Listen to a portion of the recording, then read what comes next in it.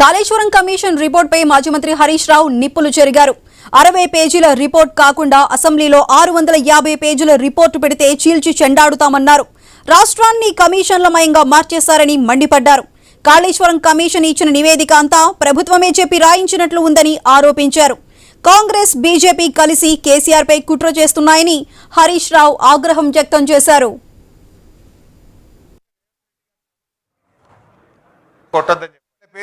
కేసుల పేరిట రేవంత్ రెడ్డి గారు రెగ్యులర్ గా వరుస ధారావాహికలు ఒకటి తర్వాత ఒకటి ఎలక్ట్రిసిటీ కమిషన్ అంటాడు, కాళేశ్వరం కమిషన్ అంటాడు, లేకపోతే గొర్రెల స్కామ్ అంటాడు, లేకపోతే ఈ కార్ రేసింగ్ అంటాడు.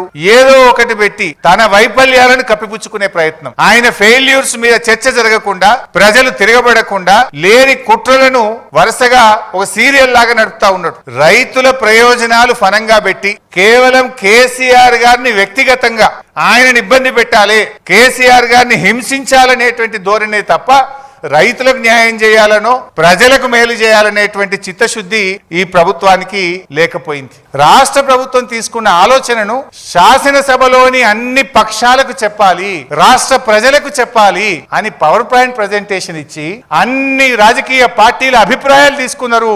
రాష్ట్ర ప్రజలకే చెప్పింది కదా KCR. How can it be a solo decision? That was very well discussed in the assembly. సరే, ఉత్తమ్ కుమార్ రెడ్డి ఏమో నేను ప్రిపేర్ అయ్యి రాలేదని పారిపోయింది, కానీ మిగతా బీజేపీలో, సిపిఐలో, ఇతర పార్టీలన్నీ అయితే పాల్గొన్నారు కదా. ఎంఐఎంఓ అన్ని పార్టీలు పాల్గొన్నాయి, తమ తమ సూచనలు ఇచ్చారు, కేసీఆర్ గారిని అభినందించారు, మంచి నిర్ణయం తీసుకున్నారని చెప్పిండ్రు. అంటే కేసీఆర్ గారు అంత స్పష్టంగా తన ప్రభుత్వ ఆలోచనను శాసనసభ ద్వారా సభను కాన్ఫిడెన్స్ లోకి తీసుకొని, సభలోని విపక్షాల సూచనలు తీసుకొని రాష్ట్ర ప్రజానికానికి చెప్పి ఇంత ఓపెన్ గా, ఇంత ట్రాన్స్పరెంట్ గా కేసీఆర్ చేస్తుంటే ఇది సోలో నిర్ణయం అని కమిషన్ రిపోర్ట్ ఇవ్వడం అంటే ఈజ్ ఇట్ ఫేర్?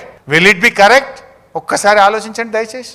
ఒకవేళ నిన్న కాంగ్రెస్ ప్రభుత్వం కేబినెట్ ద్వారా బయటపెట్టిన 60 పేజీల రిపోర్ట్లో నిజం ఉంటే, ఎక్స్పర్ట్స్ కమిటీ రిపోర్ట్ మేము తొక్కిపెట్టినాము, నిర్ణయం తీసుకోలేదంటే ఎక్స్పర్ట్సే చెప్పినరు ఏమని? మా నివేదికతోనే రాష్ట్ర ప్రభుత్వం నది ద్వారా నీళ్లు తీసుకుపోయింది, డైరెక్ట్ పంపింగ్ బంద్ పెట్టింది అన్నారు. అంత స్పష్టంగా కమిషన్ కు అఫిడవిట్ రూపంలో ఎక్స్పర్ట్సే చెప్పిన తర్వాత ఎక్స్పర్ట్స్ కమిటీ రిపోర్ట్ తొక్కిపెట్టినని ఎట్లా అంటారు? ఒకవేళ అని ఉంటే అది ఒకవైపే చూసి, ఒకవైపే విని, ఒకవైపే నిలబడి ఇచ్చిన రిపోర్ట్ గా పరిగణించాల్సి ఉంటుంది. If it is true, they are one side report. వాళ్ళు అంత స్పష్టంగా నీకే అఫిడవిట్ ఇస్తే, ఇచ్చిన అఫిడవిట్ కూడా చదవకుండా మీరు ఈ రకమైన రిపోర్ట్ రాస్తే it's a fake report, illogic report, trash.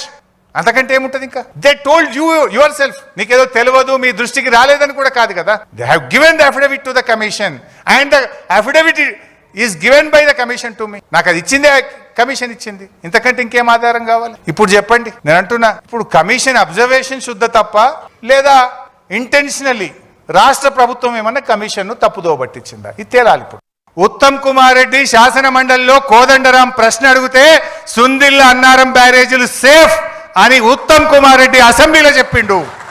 అడిగింది కోదండరాం, చెప్పింది ఉత్తమ్ కుమార్ రెడ్డి. ఇప్పుడు రాజకీయాల కోసం డ్రామాలు ఆడుతున్నారు.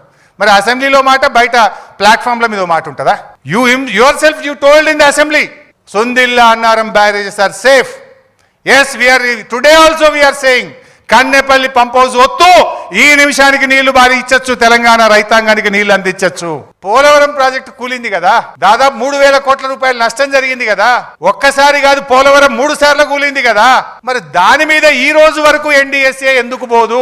ఎన్డీఎస్ఏ ఎందుకు రిపోర్ట్ ఇయ్యదు? 5 ఏళ్లైంది ఇప్పటికి పోలవరం కూలి. 5 సంవత్సరాలు పని ఆగిపోయింది అక్కడ. మరి ఇప్పుడు ఏమంటున్నారు మీరు? 2 పిల్లర్లు గుంగుతేనే కేసీఆర్ మీద చర్య తీసుకోవాలి, ఇరిగేషన్ మంత్రి మీద చర్య తీసుకోవాలంటున్నావు. మరి పోలవరం 3 సార్లు కూలితే పోలవరం కట్టిన కేంద్ర ప్రభుత్వ అధినేత ప్రధానమంత్రి మీద చర్య తీసుకుంటావా? ఎగ్జిక్యూట్ చేసిన రాష్ట్ర ముఖ్యమంత్రి, ఆంధ్రప్రదేశ్ ముఖ్యమంత్రి మీద చర్య తీసుకుంటావా? ఎందుకో మాట్లాడరు అక్కడ. పోలవరం నేషనల్ ప్రాజెక్ట్, కడుతున్నది కేంద్ర ప్రభుత్వం. మరి పోలవరం కూలితే ప్రధానమంత్రి నైతిక బాధ్యత వహించాలనా? పోలవరం కూలితే ఎగ్జిక్యూటివ్ చేసిన రాష్ట్ర ప్రభుత్వం బాధ్యత వహించాలనా? అక్కడ ఎందుకో మాట్లాడరు. మరి మొన్న ఎస్ఎల్బీసీ కుప్పకూలింది. కాళేశ్వరం అంటే ఏందో మీకు నెక్స్ట్ చెప్తా. కాళేశ్వరంలో 100 కాంపోనెంట్లు ఉన్నాయి. 100లో మేడిగడ్డ ఒకటి. ఆ మేడిగడ్డలో 2 పిల్లర్లు గుంగినాయి. దానికి ఇంత సినిమా చేసినావు. మరి ఎస్ఎల్బీసీ మొత్తానికే కుప్పకూలింది కదా. 6 శవాలు ఈ రోజు కూడా బయటకు రాలే ఇంకా. మరి ఎస్ఎల్బీసీ కూలితే రేవంత్ రెడ్డి, ఉత్తమ్ కుమార్ రెడ్డి కూడా బాధ్యత వహించాలి కదా రిపోర్ట్ ప్రకారంగా. 2 పిల్లలు గుంగితే కేసీఆర్ది తప్పు, హరీష్ రావు తప్పు అంటున్నావు. మొత్తం ఎస్ఎల్బీసీ కొట్టుకుపోయింది, ఎస్ఎల్బీసీ కుప్పకూలింది, 6 శవాలు బయటకు రాలేదు. దానికి ఈ రిపోర్టే బేసిస్ అనుకుంటే రేవంత్ రెడ్డి, ఉత్తమ్ కుమార్ రెడ్డి కూడా బాధ్యత వహించాల్సి ఉంటుంది. మరిన్ని అప్డేట్స్ చూసే ముందు షార్ట్